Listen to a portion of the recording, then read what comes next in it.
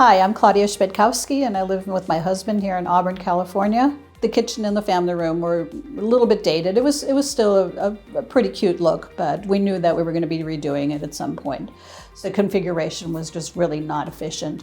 The kitchenette area was hardly ever used. We just all felt really, really crowded. We started calling several different companies and contractors to come out and give us estimates. It was actually quite frustrating because several of them never even responded after spending couple hours here measuring everything, and then we never even received an estimate. When Vlad came in on the very first day, I started explaining to him what my vision was, and he knew exactly what I was talking about, and I just got a very good feeling that he was getting it. When they did come in, it was just amazing how quickly they worked and how professional they were, and every day we were given a list of things that were going to be done, and they cleaned up after themselves, and it just started coming together and so quickly too. So all along it's just been a great process, actually. We love our kitchen, we love our family room. We've had several friends come over and they were just floored. I mean, they just couldn't believe the transformation in just a matter of 5 weeks.